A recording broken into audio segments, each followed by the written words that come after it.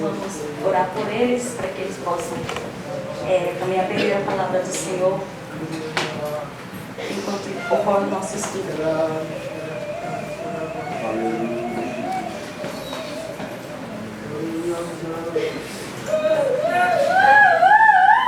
Nosso Deus, ó Pai, aqui, Senhor, nós estamos, Senhor, para Te adorar, ó Pai, para Te louvar. Deus amado, e neste momento nós queremos apresentar diante de Ti a vida desses jovens, Senhor, que desde cedo, ó Pai, têm sido criados, ó Pai, na Tua casa. Pai querido, que esta semente da palavra, Senhor, em seus corações não venha a ser roubada. Ó Pai, mas que essa semente, ó Deus, possa crescer, ó Pai, e possa dar muitos frutos.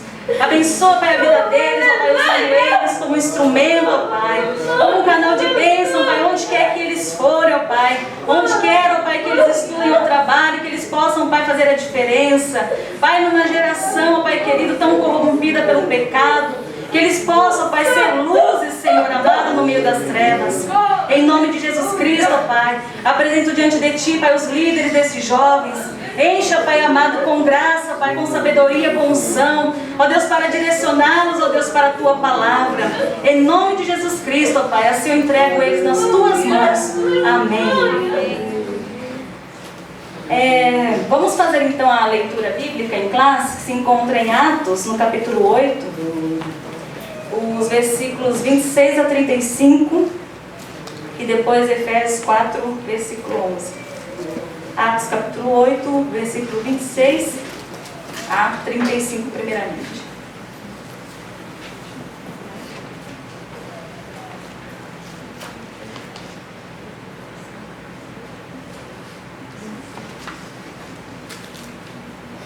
Amém? Eu leio então os pares e os irmãos podem ler os ímpares. Versículo 26. E o anjo do Senhor falou a Filipe dizendo: levanta-te e vai para a banda do sul, ao caminho que desce de Jerusalém para Gaza, que está no deserto. E levantou-se e foi. E eis que um homem de eunuco, mordomo, rainha dos etíopes, o qual era dependente de todos os seus tesouros, e tinha ido a Jerusalém para a oração. Regressava e, assentado no seu carro, lia o profeta Isaías. E disse o Espírito a Filipe: chega-te e ajunta-te a esse carro. E correndo Filipe, ouviu que lia o profeta Isaías e disse: entendes tu o que lês? E ele disse: como poderei entender se alguém me não ensinasse? E empurrou a Filipe que subisse e com ele se assentasse. E o lugar da escritura que lia era este: foi levado como a ovelha para o matadouro, e como está mudo o cordeiro diante do que o tosquia, assim não abriu a sua boca. Na sua humilhação foi tirado o seu julgamento, e quem contará a sua geração, porque a sua vida é tirada da terra. E respondendo o eunuco a Filipe disse: rogo-te, de quem diz isto o profeta? Desse mesmo ou de algum outro? Então Filipe abriu a boca e, começando nessa escritura, lhe anunciou a Jesus. Efésios 4:11, vamos ler juntos? E ele mesmo deu uns para apóstolos, e outros para profetas, e outros para evangelistas, e outros para pastores e doutores. Bem? Quero chamar então aqui a nossa irmã Luzinete, né, para estar orando pelo nosso irmão Carlos, que vai estar dando o estudo. E vamos estar com os nossos ouvidos atentos.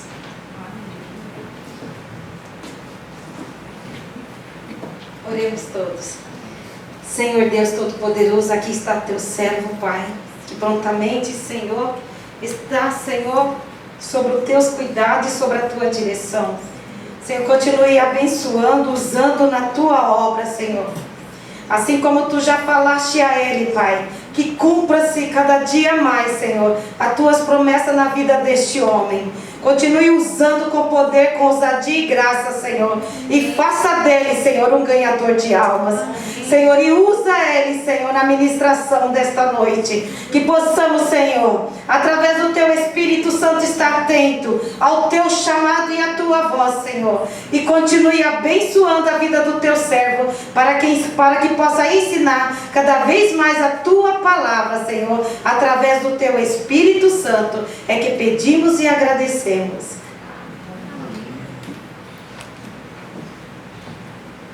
Paz do Senhor a todos. Amém.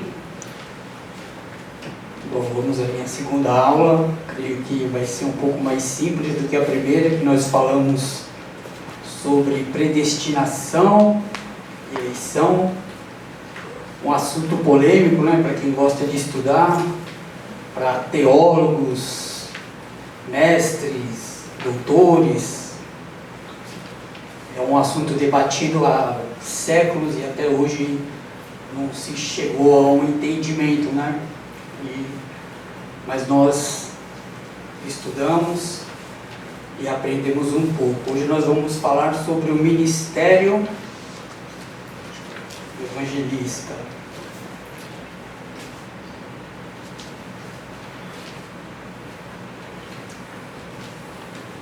Vamos começar aqui com o texto áureo, Ministério de Evangelista, lição 8, texto áureo. Mas tu se sóbrio em tudo. Pode se assentar. Quase que eu esqueci, né? Mais uma vez. Mas tu se sóbrio em tudo, sofre as aflições, faz a obra de um evangelista, cumpre o teu ministério. Nós vamos falar mais a respeito sobre esse versículo mais adiante na lição. A verdade prática: o evangelista proclama o pleno evangelho de Cristo com ousadia. É um arauto de Deus no mundo.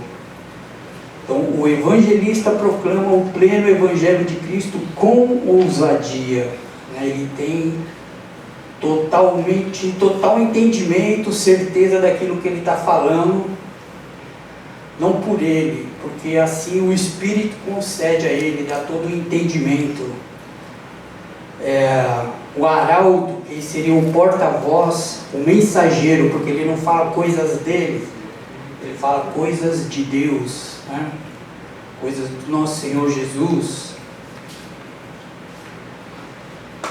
Então, nós temos o objetivo geral da lição, que é mostrar a singularidade do ministério do evangelista na vida da igreja. Singularidade, no caso, ele é único, né? Distinto de nós, os demais que não temos esse chamado de evangelista, nesse caso, que foi lido aqui de Efésios, né? É um dom ministerial específico. Nós temos a vocação, todos nós, de pregar o Evangelho, mas nós vemos que o evangelista ele tem um objetivo específico nessa chamada dele. Aqui no texto que nós lemos, no versículo 27, onde fala: levantou-se e foi, e eis que um homem etíope, eunuco, mordomo de Candace, rainha dos etíopes, né? Esse Candace, como nós estamos numa aula, vamos colocar aqui, só esclarecer, né? Esse Candace era um título que era dado ali à rainha, não seria o nome da rainha, né? Ela era etíope, né? Então da região da África. Ela era a rainha de uma região do sul do Egito. Então ela não era nem grega, né, nem do povo judeu. Ela era etíope, da África. E Felipe foi escolhido pelo anjo para falar para esse eunuco, que era o mordomo-mor da rainha. Alguns estudiosos dizem que esse etíope também foi o primeiro a levar a palavra para a África. Bom, quando nós lemos aqui também o versículo 31, e ele disse: como poderei entender se alguém não me ensinar? Sempre que eu leio essa passagem, porque Atos é um livro muito estudado, e toda vez que a gente vai falar sobre Jesus, vai falar sobre o Evangelho, todos nós começamos a estudar Atos dos Apóstolos, né? E já me vem essa pergunta na mente: se alguém não me ensinar? Eu já lembro de Paulo falando aos Romanos, quando ele faz as perguntas retóricas dele. No Romanos 10 ele fala: porque todo aquele que invocar o nome do Senhor será salvo. Como, pois, invocarão aquele em quem não creram? E como crerão naquele de quem não ouviram? E como ouvirão se não há quem pregue? E como pregarão se não forem enviados? Então, o eunuco, ele dizia: como que eu vou entender se ninguém me ensina? E aí aqui nós vemos um atributo do evangelista, né? O adjetivo dele, diferente dos demais. Ele tem que ser mestre na palavra, ele tem que entender totalmente do que ele vai falar, sem dúvidas. No caso aqui nós sabemos que aquela região da África havia muitos idólatras, né? Como o faraó do Egito, ele era tido como um deus. Então eles tinham essa cultura em que os líderes, os reis, eles deveriam ser adorados, né? Idolatrados. Então nós vemos que o evangelista, no caso aqui, Filipe, ele tinha que entender de idolatria, né, de heresias. Ele tinha que ser um apologeta para ter a certeza do que ele ia falar, né, de maneira que ele pudesse fazer a pessoa realmente se converter. E aqui na introdução, o ministério de evangelista é dado por Deus à igreja, como um dom valioso. Por isso estudaremos, procurando vislumbrar como o Senhor Jesus o considerou e como esse dom ministerial por Deus é concedido, é tratado no Novo Testamento, bem como sua destacada operação nas igrejas de Corinto e Éfeso. Temos de Jesus a ordem para pregar o Evangelho, e em sua multiforme sabedoria, Deus dispõe para a igreja o poder necessário para proclamar o Evangelho com ousadia. Aqui, multiforme, que se expressa de diversas formas. Então, é um dom concedido por Deus. E o último versículo que nós lemos, né, fala sobre os dons ministeriais. E o 12 ele fala que é para a edificação da igreja, né? É para ser usado na igreja, mas também é para ser usado fora, como nós vimos aqui, Filipe pregando para o etíope.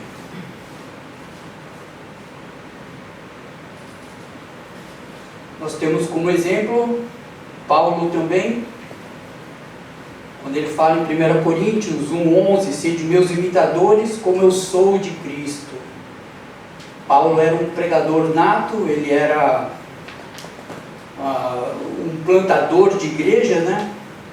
Ele era apóstolo, mas ele também fazia um papel de evangelista, porque o apóstolo ele tem que evangelizar, assim como outros apóstolos não eram apenas apóstolos, né? Como os que escreveram os evangelhos sinóticos, eles são considerados evangelistas também. Tem algumas denominações que dizem que somente aqueles 4 eram evangelistas e que a igreja não necessita de evangelizar. É um papel distinto à evangelização. Então, se um dia alguns dos irmãos escutarem isso, eles provavelmente não são protestantes.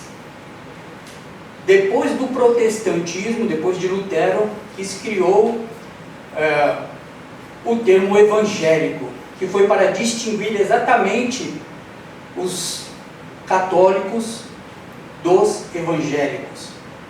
Os evangélicos que seguiam totalmente o que está dentro do evangelho, sem fazer distinção de nada. Nós somos totalmente adeptos ao evangelho, 100%. Aqui no primeiro tópico, vai falar que Jesus envia os 70. A referência é de Lucas 10, do 1 ao 20. No subtópico 1, são poucos os que anunciam, né, como nós cantamos no primeiro hino.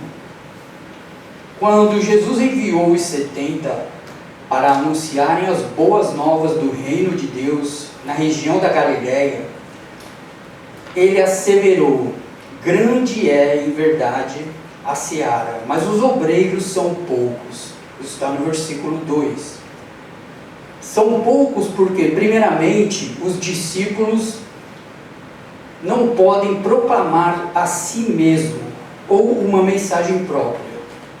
Em segundo lugar, porque os discípulos do Senhor são enviados a falar única e exclusivamente de Jesus, do reino de Deus, jamais de si mesmos. Então, o evangelho, né, como o evangelista, ele tem que anunciar as coisas de Jesus. E essas coisas, ele não deve se gloriar disso. Porque eu falei, porque eu fiz. Porque não é por ele que ele consegue as coisas, é pelo poder do Espírito Santo. Aleluia. Então, Paulo ele diz, em 1 Coríntios 1, 23, se os irmãos puderem acompanhar a leitura.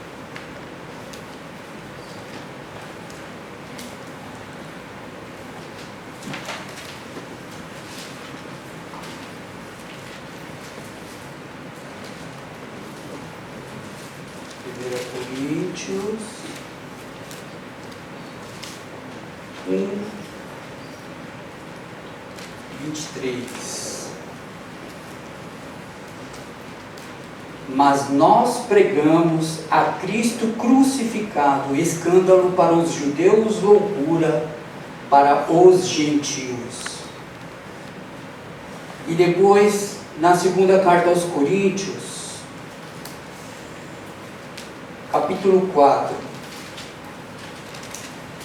versículo 5.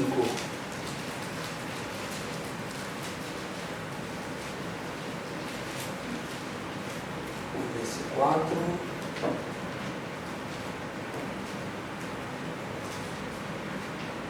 5.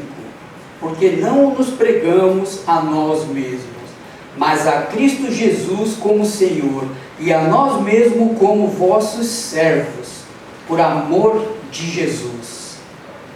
Era um caso aqui da igreja de Corinto. Tem muitos falsos apóstolos que pregavam, faziam até maravilhas, mas gostavam de receber a glória. Inclusive ele fala desses falsos profetas, que é nessa segunda carta aos Coríntios mesmo, no capítulo 11, no versículo 14. Vamos ver aqui se é isso mesmo, 11.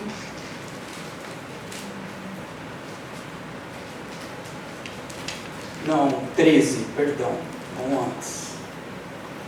Porque os tais são falsos apóstolos, obreiros fraudulentos, transformando-se em apóstolos de Cristo. Então, assim como nós vimos nas outras aulas, tudo quando fala que existe o verdadeiro é porque existe o falso. Então, quando fala do verdadeiro evangelho é porque existe o falso. E o estudo, ele serve para a gente aprender sobre isso, para não cair nesse erro. E dando continuidade aqui,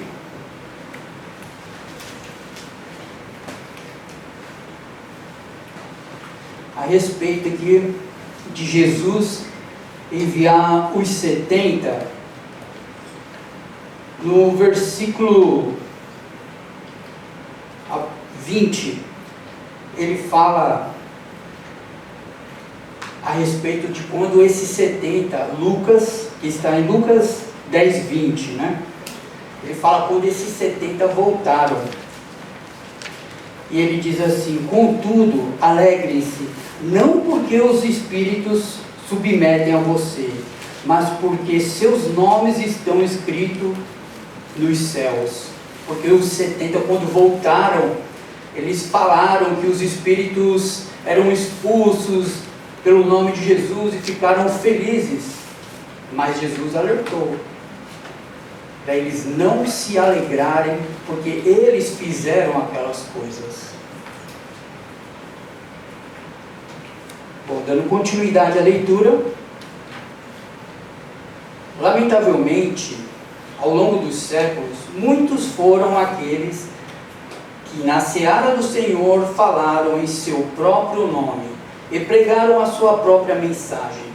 Os discípulos, segundo o coração do Nazareno, ainda são poucos, mas o Senhor continua a convocar obreiros para a sua seara.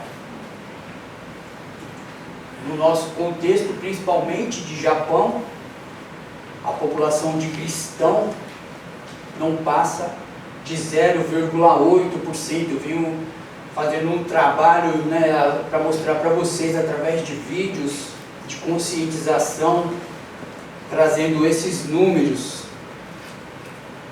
E infelizmente é uma realidade, né? O berço do cristianismo, que foi a Europa, hoje pede socorro, pede por missionários.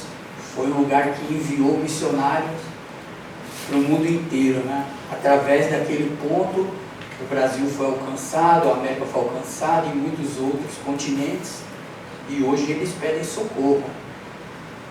As igrejas estão sendo alugadas para teatro, muitas vezes até para outras doutrinas realizarem cultos para poderem sobreviver.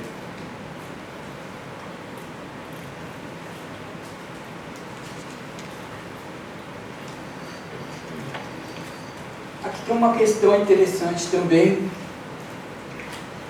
que as pessoas que são contrárias ao nosso pensamento de que qualquer um de nós pode pregar, pode não, deve pregar, né, o Evangelho, eles falam a respeito de que somente quem é batizado, no caso crentes, até pentecostais, só quem é batizado no Espírito Santo é que tem esse poder de pregar o Evangelho.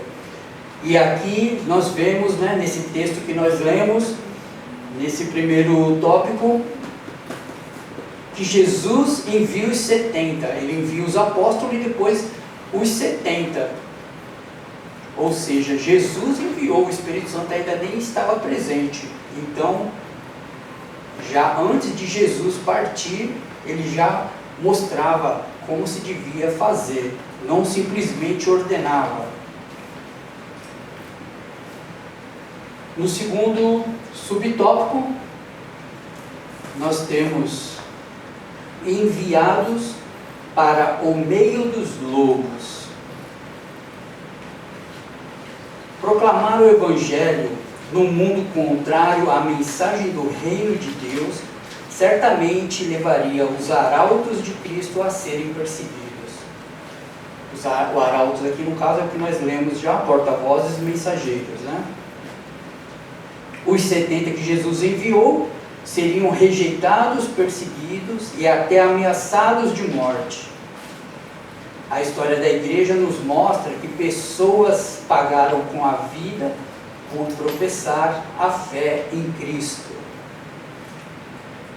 E nós vimos, né, em vídeos também, que pessoas nos dias de hoje pagam com suas vidas, não se acovardam, não se dobram a nenhuma outra entidade, nenhum outro Deus. E é para isso que nós devemos nos preparar. Nós temos aqui todo o conforto de falar de Cristo a qualquer momento, para qualquer pessoa, nesse lugar onde muitos nunca ouviram falar de Cristo como o Salvador, ouvem falar de Cristo, mas não sabem nem ao menos pronunciar o nome de Cristo. Cristo, Cristo, já ouviu falar, mas não sabe de quem se trata. Continuando a leitura, nas últimas décadas, mais cristãos foram mortos no mundo que em qualquer outra época da história da igreja. Os verdadeiros evangelistas enfrentarão ainda muitas perseguições, sobretudo em países dominados por religiões anticristãs e fundamentalistas.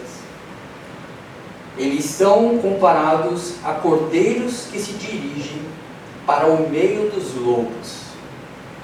Esse foi o último vídeo que nós assistimos, que fala sobre os países intolerantes, aonde são perseguidos, e toda aquela realidade que a gente já viu na internet há alguns anos atrás, que era passado direto, o pessoal matando, fazendo vídeo, colocando medo mesmo. E os que morreram não negando a Cristo. Então, é um desafio para todos nós. Aquele vídeo não é para desencorajar, para pôr medo nos irmãos, mas é para despertar a necessidade de nós pregarmos o Evangelho, de despertar a compaixão por aqueles irmãos que estão morrendo, tentando fazer a obra do nosso Senhor. A compaixão daqueles que estão morrendo sem ouvir a palavra de Deus. Você imagina que a população do mundo está perto de 7 bilhões e 800 milhões de pessoas. E 1/3 dessa população não conhece a Cristo. E 1/3 mais ou menos dessa população morre todos os dias sem ouvir o nome de Cristo. De certo que nós não podemos estar lá. Tem pessoas que estão fazendo o trabalho, como na Índia, que a gente colabora, mas nós estamos colaborando.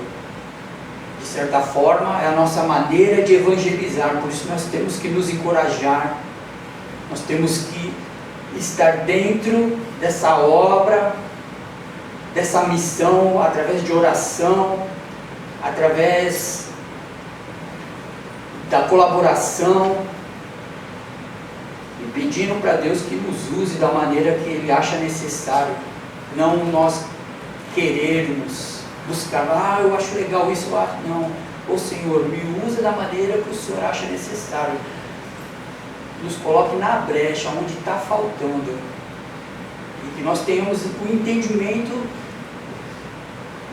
daqueles primeiros evangelistas, de todos que morreram mártires por pregar a palavra de Deus. Se for isso que tiver que acontecer, glória a Deus, Ele sabe até onde nós conseguimos chegar.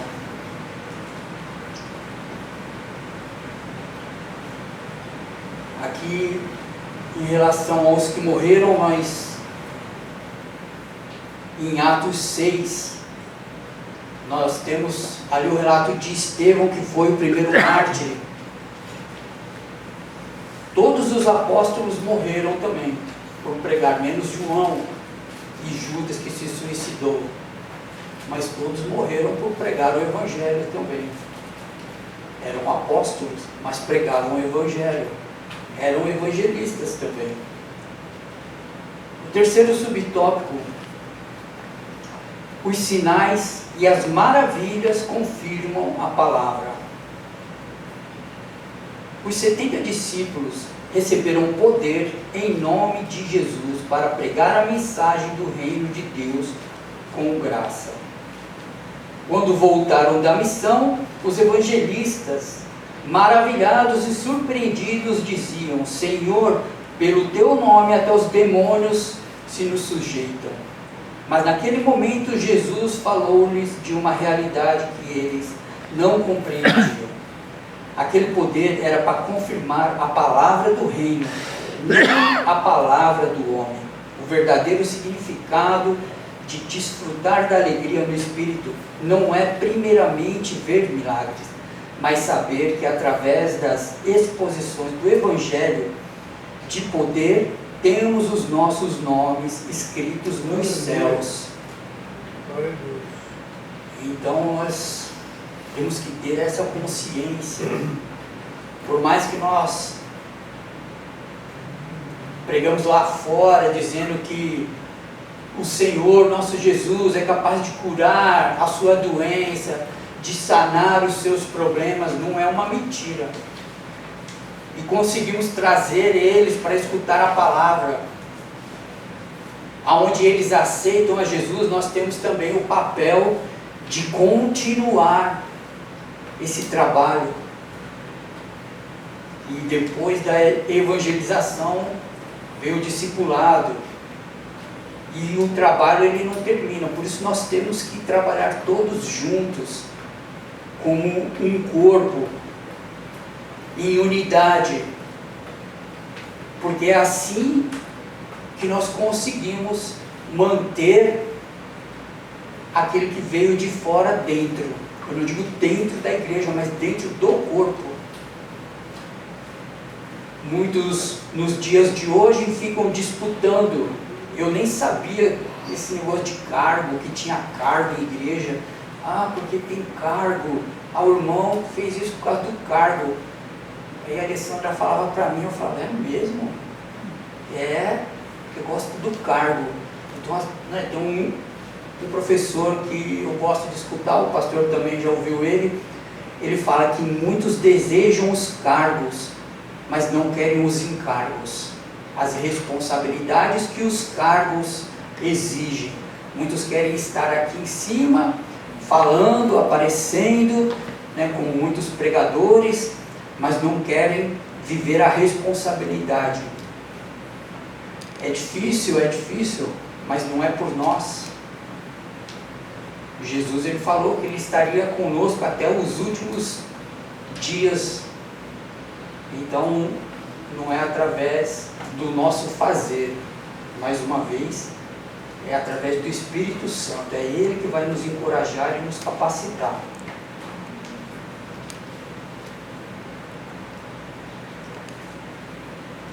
Em 2 Timóteo 3,12,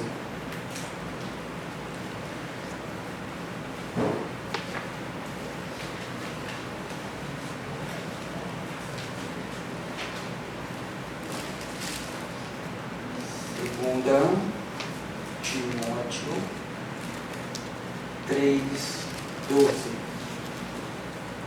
Paulo, ele fala para Timóteo: ora, todos quantos querem viver piedosamente em Cristo Jesus serão perseguidos.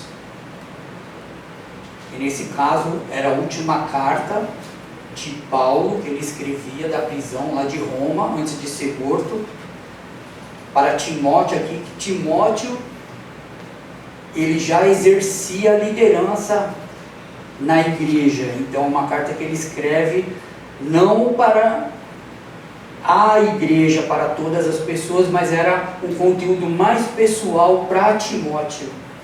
E ele dá esse alerta para Timóteo.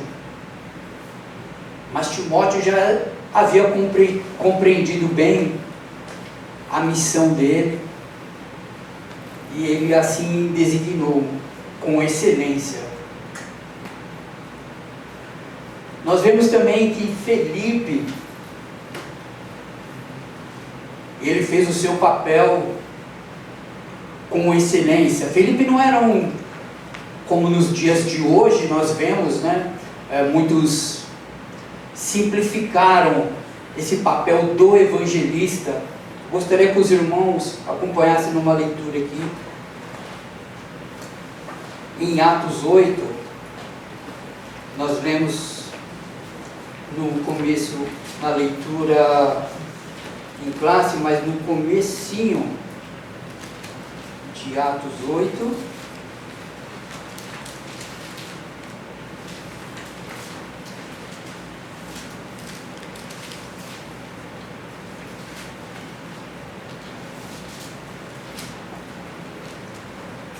no versículo 5, onde fala: Felipe, descendo a cidade de Samaria, anunciava-lhes a Cristo.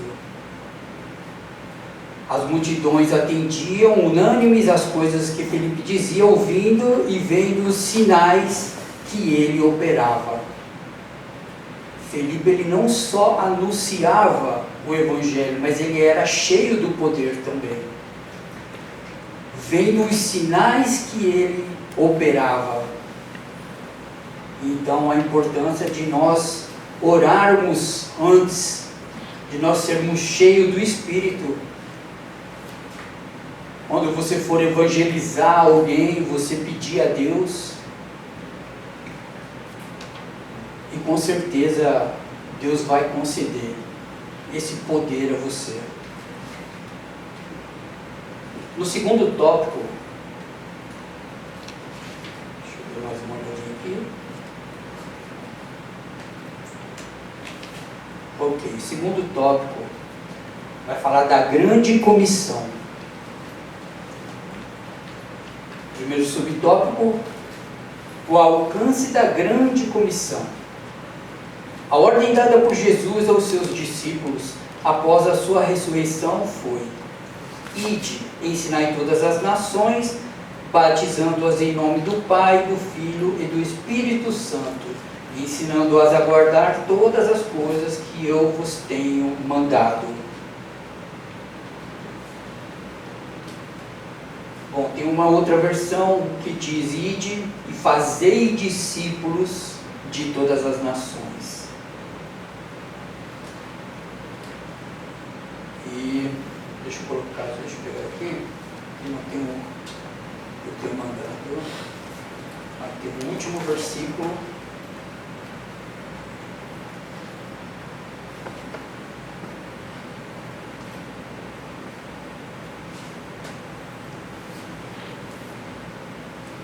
Mateus 28, 20, e a parte B, que Jesus diz: e eis que estou convosco todos os dias até a consumação dos séculos. Então ele nos ordena e nos assegura que estará conosco até a consumação do século. Esta ordem, continuando a leitura, esta ordem é a chamada comumente de a grande comissão. É o apelo de Jesus para os discípulos anunciarem o Evangelho até as últimas consequências. Foi nesse espírito que o apóstolo Paulo encarou a tarefa de evangelização. Aqui também, por Jesus ter chamado apenas os 12, né, esses discípulos, eles dizem que é uma tarefa exclusiva para aqueles, né, e não para toda a igreja. Mas estavam esperando outros 500 também discípulos. E esses foram ensinados da mesma maneira.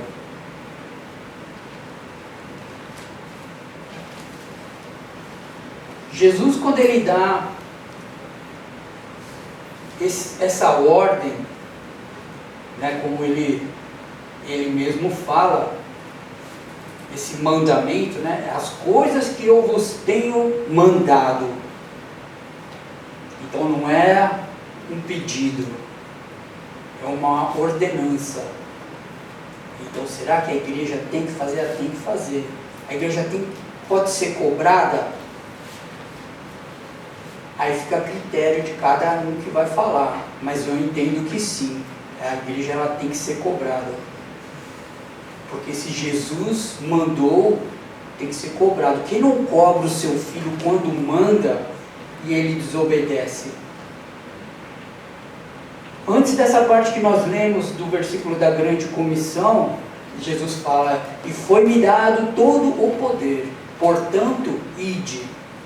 Então ele explica para os discípulos que Deus deu todo o poder a ele. E os discípulos, como os judeus, eles entendiam o que os profetas haviam falado sobre o menino que ia nascer e ia reinar, né? A ele seria dado o governo. Então todos sabiam dessa autoridade de Jesus.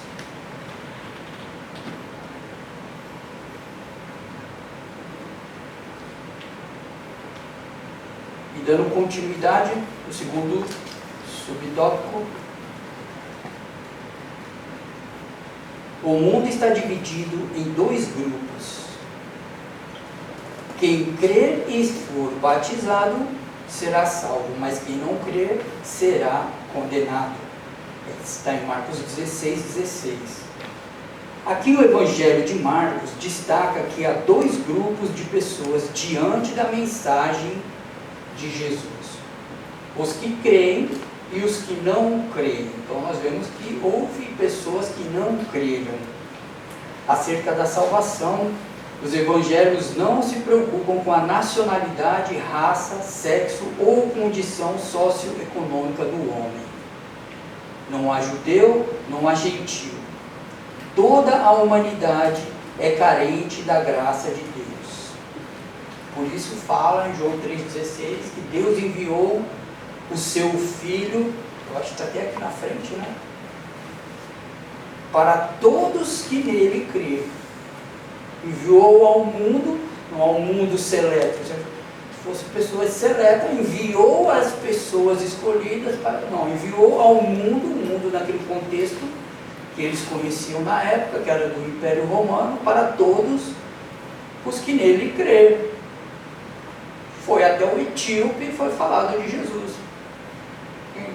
Vai falar o que? Então ele não era o escolhido? Né? Não é? A Bíblia fala que é para todo mundo.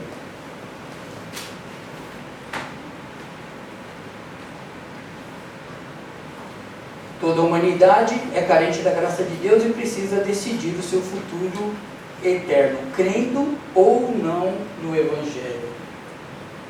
Então, nós temos essa escolha de crer ou não. As pessoas lá fora têm essa escolha, mas como crerão se não há quem pregue? E a responsabilidade deles partirem sem ter ouvido Jesus. E nós aqui do lado deles, de quem é a responsabilidade? Pastor? Ou do Bolsonaro? Tudo é culpa do Bolsonaro, né? Não, a culpa é nossa. A culpa é nossa, que Deus nos enviou aos confins da terra, do lado desse povo, carente da graça, e nós não estamos cumprindo a ordem que Jesus nos deixou.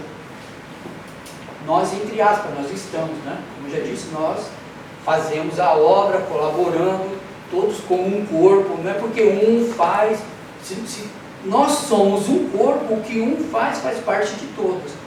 Mas nós podemos nos dedicar mais.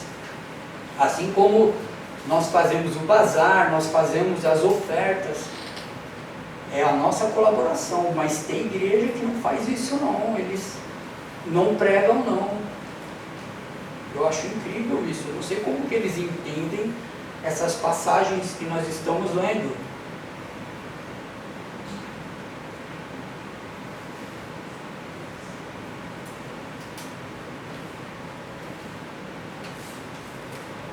Então vamos continuar, subir o tópico 3. A grande comissão hoje. A tarefa da evangelização do mundo está inacabada. Apenas 33% da população mundial é composta por cristãos das várias confissões de fé. Ainda isso, por cristãos das várias confissões de fé. Quer dizer, nem todos têm o mesmo entendimento, né? Ao invés de saírem para pregar o evangelho, ficam discutindo entre cristão com cristão sobre doutrinas. Muitos querem estudar para ficar debatendo, ao invés de salvar pessoas, principalmente em países como na Europa mesmo. Nós vemos que foi o berço do cristianismo, onde é liberado você pregar, né? Eles não têm essa preocupação. Eu acho que, eu não sei dizer exatamente, mas talvez eles confiassem demais no afazer deles, por isso está acontecendo, né? Se gloriaram demais. Nós somos o país mais cristão do mundo. E aconteceu o que aconteceu. Não sou eu que penso isso, né? Não sei o que aconteceu realmente. Há regiões, continuando a leitura, há regiões em que o número de cristãos está diminuindo, como na Europa. Recentemente, na Alemanha, cerca de 340 igrejas fecharam as portas. Em Portugal, quase 300. A Holanda e a Inglaterra são países considerados pós-cristãos. Ainda na Europa, cerca de 1.500 templos cristãos foram transformados em mesquitas, restaurantes, bibliotecas e casas de show. Se a igreja não experimentar o real poderoso avivamento espiritual em poucas décadas, a Europa se tornará um centro